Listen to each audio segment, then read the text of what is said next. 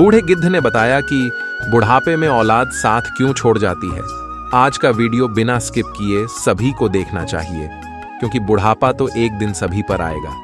जो आज बालक है वो कल युवा बनेगा, परसों जवान होगा और आगे फिर बुढ़ापा स्वीकार करना ही पड़ेगा, चाहे कुछ भी कर लो।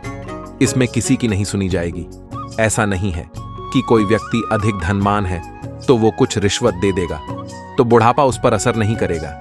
ऐसा नहीं है कि कोई बड़ा बहादुर है, लोग उससे डरते हैं तो बुढ़ापा भी उसके डर से उसके पास नहीं जाएगा। चाहे कोई ज्ञानी हो, धनी हो, बली हो या गुड़ी हो, सबके सारे हुनर धरे के धरे रह जाएंगे जब बुढ़ापा आपके ऊपर आएगा तब। इसीलिए ये जानकारी सबको ध्यान से सुननी चाहिए।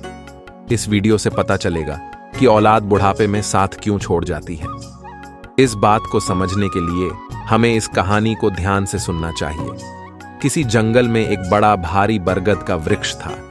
उस वृक्ष पर हजारों भांत भांत के पक्षी दिन भर बैठे करते रहते थे, या यूं कहिए कि पूरे जंगल के पक्षी उस वट वृक्ष पर विश्राम करने के लिए जाते रहते थे। कुछ पक्षियों का तो वो वृक्ष स्थायी निवास स्थल था। उस वृक्ष पर रहकर पक्षी अपार आनंद की अनुभूति प्राप्त करते थे।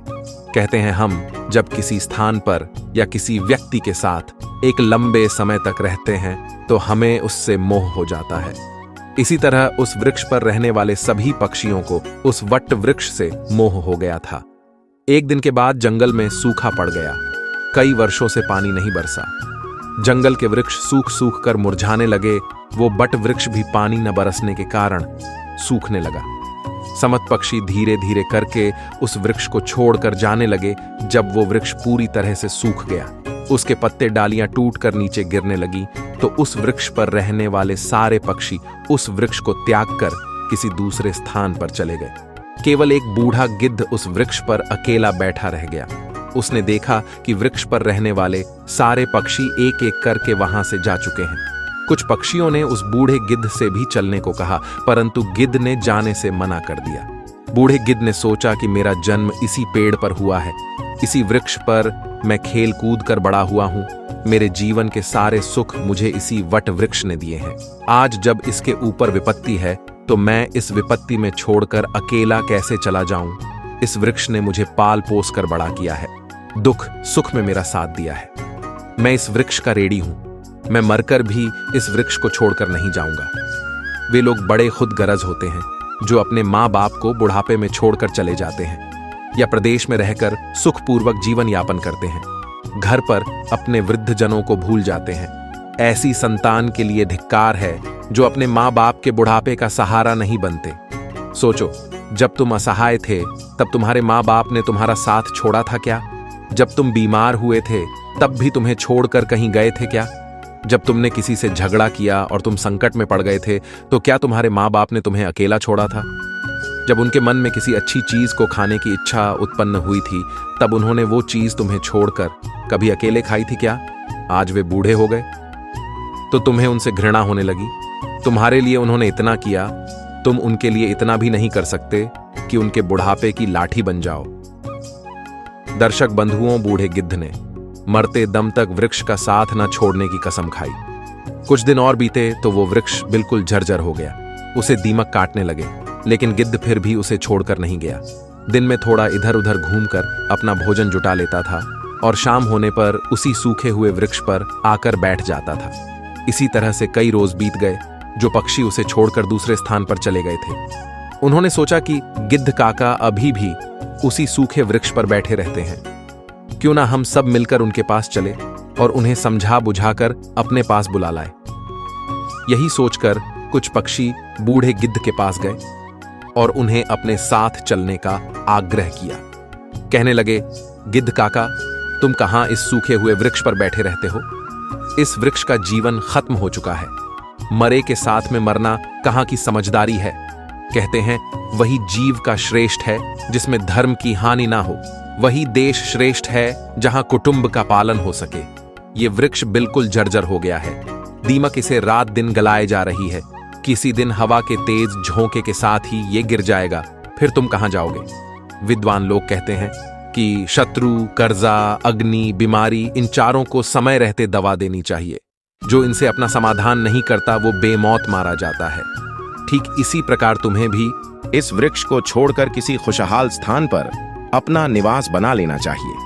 साथियों, समस्त पक्षियों के समझाने पर भी बूढ़ा गिद्ध उस वृक्ष को छोड़ने के लिए तैयार नहीं हुआ। कहने लगा, भाइयों, ये वृक्ष मेरे माँ बाप के समान है।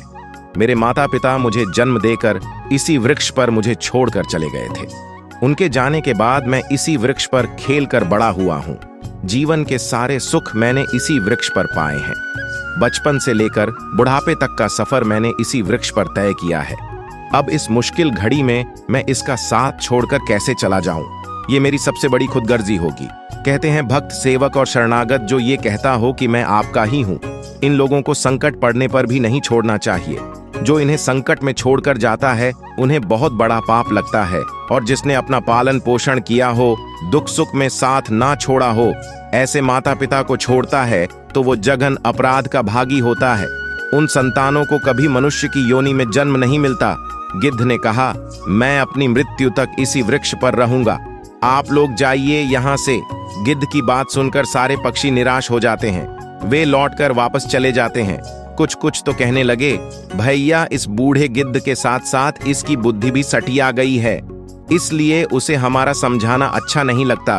अगले दिन कुछ पक्षी उसे फिर समझाने के लिए आए, लेकिन गिद्ध ने जाने से फिर मना कर दिया। इस बार सारे पक्षी लौटकर अपने घर नहीं गए।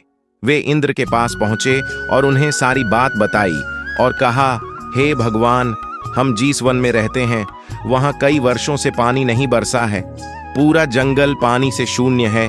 पेड़ पौधे सब सूख चुके हैं। जंगल के सभी जीव जंतु जंगल छोड़कर दूसरे स्थान पर चले गए हैं। पर दुख की बात यह है कि जिस बरगद पर हम लोग रहते थे, उसी बरगद पर एक बूढ़ा गिद्ध भी रहता था। एक बूढ़ा गिद्ध भी रहता है। हम लोग तो चले आए, पर वो गिद्ध उस बरगद को छोड़कर कहीं नहीं जाना चाहता। वृक्ष सूख कर झरझर हो चुका है, वो कभी भी गिर सकता है। हम लोग उन्हें समझाने गए थे, पर वो फिर भी उस वृक्ष को छोड़ने के लिए तैयार नहीं हुए। वो कह रहे थे कि मरते दम तक मैं इस वृक्ष का साथ नहीं छोड़ूंगा। इसीलिए हे भगवान, आप स्वयं चलकर उन्हें समझा दीजिए, शायद वो आपका कहना मान जाए। दर्शक बंधु, पक्षियों के निवेदन को इंद्र ने स्वीकार कर लिया और इंद्रदेव उन पक्षियों के साथ उस वन में जाकर उस बूढ़े गिद्ध को समझाने लगते हैं। हे गिद्धराज, मैं देवराज इंद्र तुम्हें समझाने आया हूं। ये वृक्ष बहुत ही जर्जर स्थिति में पहुंच गया है। इसकी डालियां सूख कर गल चुकी हैं। इस पर छाया के लिए एक विषु का पत्ता नहीं बचा है, और आप भी बहुत बूढ़े हो चुके हो। किसी दिन ये वृक्ष गिर गया तो आपकी मृत्यु हो सकती है।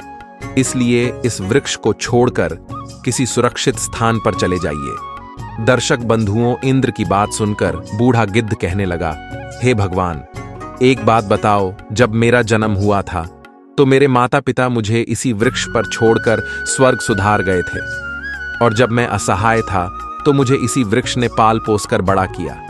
मैं इसी पर खेला कूदा हूं, इसी पर रहकर सारे सुख उठाए हैं।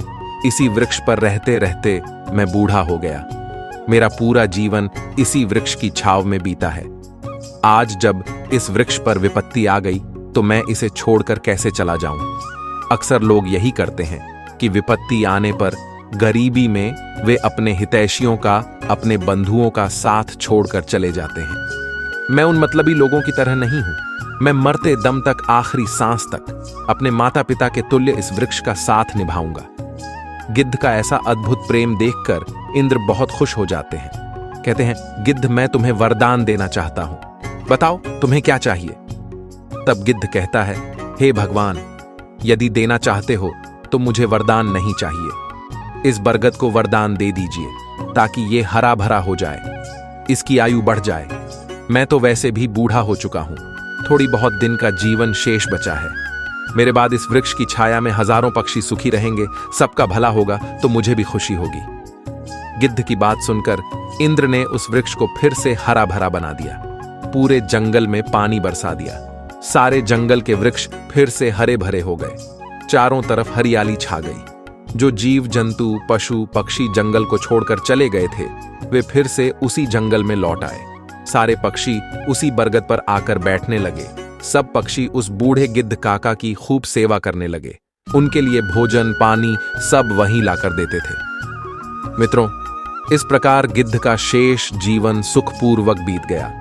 हमें भी इस कहानी से सीख लेनी चाहिए कि अपनों का बुरे वक्त में कभी साथ नहीं छोड़ना चाहिए।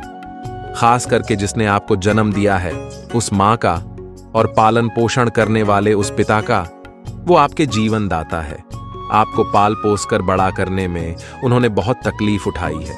उनके बुढ़ापे में यदि आप सहारा नहीं बन पाए तो वो जीवन किसी काम का नहीं रहेगा। दर्शक बंधुओं, ये वीडियो आपको कैसा लगा? मैं उम्मीद करता हूँ इस वीडियो से आपको बहुत कुछ सीखने को मिला होगा। अपनी राय कमेंट बॉक्स में दें। फिर मिलते हैं अगले वीडियो में। जय हिंद।